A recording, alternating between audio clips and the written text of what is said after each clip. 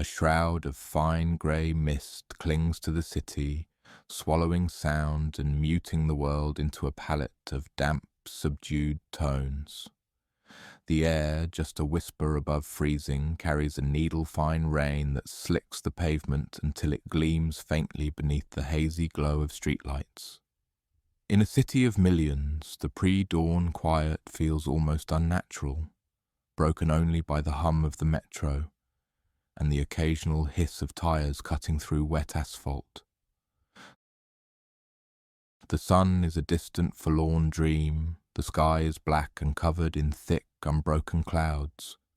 Buildings rise like ghostly monuments, their upper floors vanishing into the fog. A lone coffee shop spills golden light onto the street, carving a warm and fragile refuge in the gloom. Early risers hunch against the chill, figures briefly materializing from the mist before dissolving back into it. The air smells of wet stone, diesel and cold earth. Kyiv waits, vast, veiled and stirring slowly in the solemn hush before dawn. Deep in the bowels of a silent GRU administration building, a young staffer sits at her desk in a small, windowless office. The office is sparsely furnished but well lit and warm, seemingly far from the cold, wet dark of the streets. Yulia joined the GRU right out of college, eager for the excitement and intrigue of working for Ukraine's intelligence service. Instead, for the past 9 months, she has spent part of every week locked in this room, watching Russian state TV and making notes. The rhythmic, low-level hum of the old fluorescent lights registers only as a constant, monotonous background noise. She taps her pen against the edge of the desk, a faint, impatient rhythm, waiting for the predictable cycle to start again. It's a few minutes before 04:30 in Kyiv. Moscow's 5 a.m. shows are winding down. Credits roll on the reruns, hosts recap the talking points from the program, whether it be sports, art, Russian culture, or politics. In the third window, a host with an alarmingly fake tan finishes a segment about the spiritual significance of potato farming. Yulia sighs, logging the talking points under agriculture/propaganda, the same category she uses every Thursday. As the clock ticks over to 4:30 a.m. Kyiv time, 05:30 in Moscow, the commercials end. Every channel abruptly starts broadcasting a video shot inside the Kremlin. Instead of the calm, almost soothing voices of the morning talk, show hosts or reruns of children's shows, every channel is dominated by the severe, unblinking face of Vladimir Putin. Yulia, who had been lazily reviewing and updating her notes, straightens in her chair, a sudden, cold dread seizing her. This isn't a recap. This isn't a scheduled address or a rerun of a previous speech. This is new, this is different, and most importantly, this is unexpected. In her, admittedly limited, experience in intelligence gathering, anything unexpected is both notable and bad. The dread isn't just a feeling, it's an analysis. Every fibre of her training screams that this coordinated, unscheduled broadcast is the first signal of a catastrophic break in the pattern. The president of the Russian Federation begins to speak, his voice flat, resolute and accusatory. The beginning is comfortable, familiar. Уважаемые граждане России, дорогие друзья, citizens of Russia, friends. Essentially cribbing from Friends, Romans, countrymen. He talks about the supposed genocide in Donbass, NATO expansion, historical grievances. In fact, for the first 20 minutes, it is a veritable celebration of Festivus, an airing of the grievances by a world leader on national TV at 5:30 in the morning, 2 months and 1 day late. Yulia jerks her hand, scrabbling for her pen. She concentrates on the speech, making notes in her logbook. 0530-Putin address, all channels. Donbass, security of Russia. 0531 NATO expansion. 0540 Belgrade, Iraq, Libya, Syria.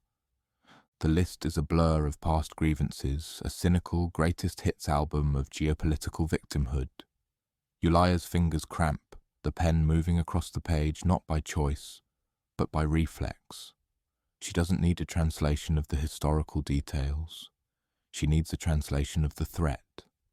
He isn't just justifying the past, she realizes with a sickening jolt. He's justifying what comes next. The clock reads 0550 when the president finally pauses, his eyes still fixed and severe on the camera. He moves away from history, away from the West, and turns his attention and his accusatory tone directly to Kyiv. His voice takes on a sharper, chilling edge as he, finally, gets to the point.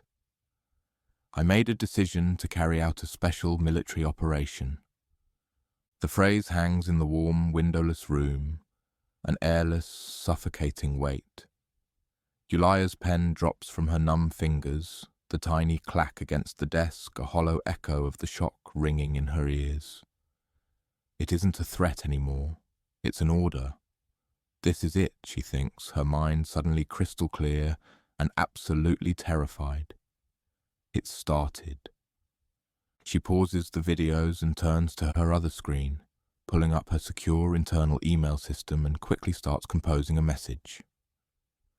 Putin declares war on Ukraine. She puts in the subject line. She makes the message as short and clear as possible. 0430 Putin address, all channels. Donbass, Russian security, NATO expansion. 0450 Putin invokes Article 51 of the UN Charter, announcing a special military operation to demilitarize and denazify Ukraine. Yulia addresses the email to the head of the GRU and CCS everyone else. She sets the priority and importance as high as she can and sits back. Her gaze sticks to the final message, the red high-importance flag, a desperate signal in the digital void. Her heart pounds a frantic rhythm against her ribs as a new and utterly irreversible reality washes over her in that silent, windowless room. War comes to Ukraine. Yulia leans forward, one breath held, and slams her index finger down on send. The email program, predictably, displays a warning pop-up. Are you sure you want to send this message with highest priority? Yulia sighs, clicks, yes, and is immediately hit with another warning pop-up. Are you sure you want to send this message with the highest importance? Yulia immediately clicks yes again, which triggers another warning message. Are you sure you want to send this message to all of these recipients? Yulia pauses, then clicks yes a final time. The program itself pauses, as if pondering the advisability of sending such a message to so many people, before giving Yulia the message sent notification. Yulia's little email makes its way back to the servers set in the basement of the GRU building. From there, hundreds, thousands of copies of the message are sent out, setting off notifications, alerts, and alarms. Little does Yulia or any of the recipients of those messages know, but a mirror of that message makes its own way through the Russian government, military, and intelligence services. Together, they spread the news of Putin's address and declaration across the cities of Moscow and Kyiv, the nations of Ukraine and Russia, and all around the world. None of those involved, not Yulia, nor any of the others who watch Putin's speech, not any of the people Yulia sends her message to, nor any of those receiving their own messages in Russia, none of those in Ukraine's government, and certainly not Putin himself, realizes that Russia had already lost the war.